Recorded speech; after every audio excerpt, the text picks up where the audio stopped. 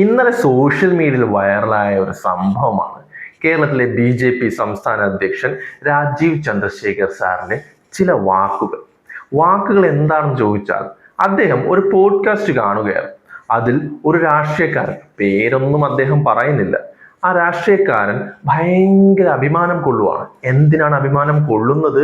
കേരളത്തിലെ IMR rate ഭയങ്കര കുറവാണ് അത്രേ. എന്താണ് IMR റേറ്റ്?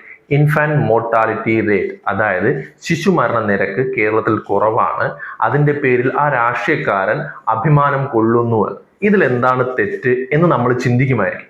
പക്ഷേ അതിലൊരു തെറ്റുണ്ടെന്നാണ് ശ്രീമാൻ രാജീവ് ചന്ദ്രശേഖർ പറയുന്നത്. രാജീവ് ചന്ദ്രശേഖറിന്റെ വാദം അനുസരിച്ച് എന്തുകൊണ്ടാണ് കേരളത്തിൽ IMR റേറ്റ് കുറഞ്ഞിരിക്കുന്നത്?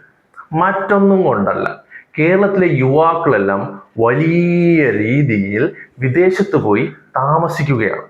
അപ്പൊ യുവാക്കളാണ് കുഞ്ഞുങ്ങളെ ഉണ്ടാക്കുന്നത് എന്നാണ് രാജീവ് ചന്ദ്രശേഖരൻ സാറിന്റെ വാദം. അങ്ങനെ യുവാക്കളെല്ലാം വിദേശ രാജ്യത്തേക്ക് കുടിയേറുമ്പോൾ കേരളത്തിൽ ആരും ഉണ്ടാകാറില്ല.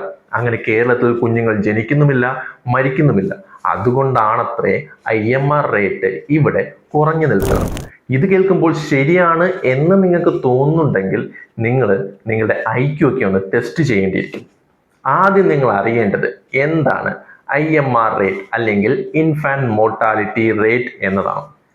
കേരളത്തിലെ ആശുപത്രികളിൽ ജനിക്കുന്ന, അതായത് 1000 കുഞ്ഞുങ്ങൾ ജനിക്കുന്നതിൽ 1 വയസ്സിന് മുൻപ് എത്ര കുട്ടികൾ മരിക്കുന്നു എന്ന് നോക്കിയാണ് ഈ റേഷ്യോ കണക്കാക്കുന്നത്. കേരളത്തിൽ ഈ റേറ്റ് 5-ൽ താഴെയാണ്.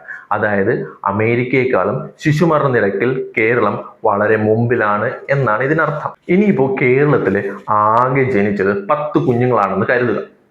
ഈ 10 കുഞ്ഞുങ്ങളും മരിച്ചുപോയി എന്നും കരുതുക. എങ്കിൽ ഇവിടുത്തെ IMR റേറ്റ് എത്രയായിരിക്കും? ഇവിടുത്തെ IMR റേറ്റ് 1000 ആയിരിക്കും. ഇങ്ങനെയാണ് IMR റേറ്റ് കണക്കാക്കുന്നത്. അല്ലാതെ ഇവിടുത്തെ യുവാക്കൾ കാനഡയിലോ ദുബായിലോ പോയി ജീവിച്ചു എന്നതുകൊണ്ട് IMR റേറ്റ് ഒന്നും കുറയുകയില്ല. പിന്നെ അദ്ദേഹം എടുത്തു പറയുന്ന ഒരു കാര്യമുണ്ട്, അവിടെ പോകുന്ന ആൾക്കാരെല്ലാം അവിടെയാണല്ലോ കുഞ്ഞുങ്ങളെ പ്രസവിക്കുന്നത്. കാരണം അദ്ദേഹം ഉദ്ദേശിക്കുന്നത് അവിടുത്തെ മെഡിക്കൽ ഫെസിലിറ്റി ഭയങ്കര സംഭവമാണ് എന്നാണ്. അതെ, അവിടെയാണ് പ്രസവിക്കുന്നത്. അവിടെ പ്രസവിക്കുന്ന കുട്ടികളുടെ കണക്ക് കൂട്ടുന്നത് അവിടെയാണ്. അല്ലാതെ കേരളത്തിലെ ആശുപത്രികളിൽ ഒരു പായ പോലും വിരിക്കാത്ത കണക്കുകളൊന്നും ഇവിടുത്തെ ആരോഗ്യ മേഖല ഇവിടത്തേതായി കൂട്ടാറില്ല. ഇവിടെ ജനിക്കുന്ന കുട്ടികളുടെ കണക്ക് മാത്രമാണ് ഇവിടുത്തെ IMR റേറ്റിൽ കൂട്ടുന്നത്.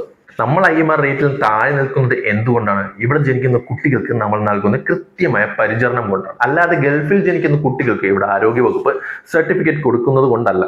ഈ UP, ബീഹാർ പോലെ ഉത്തരേന്ത്യൻ സംസ്ഥാനങ്ങളിൽ IMR റേറ്റ് എന്ന് പറയുന്നത് 40-ന് മുകളിലാണ്. അതെന്താ? അവിടെ നിന്ന് ആരും തന്നെ മറ്റു രാജ്യങ്ങളിലേക്ക് ചേക്കേറുന്നില്ലേ? കണക്കുകൾ നോക്കിയാൽ ആ സംസ്ഥാനങ്ങളിൽ നിന്നാണ് കേരളത്തെക്കാൾ കൂടുതൽ ആളുകൾ കുടിയേറി പോകുന്നത്.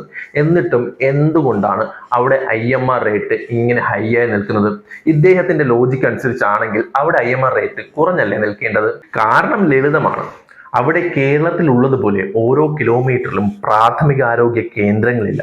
ഗർഭിണികൾക്ക് കൃത്യമായ വാക്സിനേഷനും പോഷകാഹാരവും ഉറപ്പാക്കാൻ ആശാ വർക്കർമാരില്ല. പ്രസവം കഴിഞ്ഞാൽ കുഞ്ഞിന് എന്തെങ്കിലും അസ്വസ്ഥത കണ്ടാൽ ഉടൻ എത്തിക്കാൻ വെന്റിലേറ്റർ സൗകര്യമുള്ള നിയോനാറ്റൽ ICU സംവിധാനങ്ങളില്ല. ഇതിനെയൊക്കെയാണ് കേരള മോഡൽ എന്ന് നമ്മൾ വിളിക്കുന്നത്. അല്ലാതെ ഇതിനെ കുടിയേറ്റവുമായി ബന്ധിപ്പിക്കുന്നത് വെറും വിവരക്കേടാണ്. അതുകൊണ്ട് തന്നെ നമ്മളൊരു കാര്യം പറയുമ്പോൾ വസ്തുതകൾ നിരത്തിയാണ് പറയേണ്ടത്. യുവാക്കൾ വിദേശത്ത് പോയി അവർ അവിടെ കുഞ്ഞുങ്ങളെ പ്രസവിക്കുന്നു എന്നതുകൊണ്ട് ഇവിടെ IMR റേറ്റ് ഒന്നും കുറയുകയില്ല. ഇവിടെ ജനിക്കുന്ന കുട്ടികളുടെ കണക്ക് നോക്കിയാണ് ഇവിടുത്തെ IMR റേറ്റ് കണക്കാക്കുന്നത്.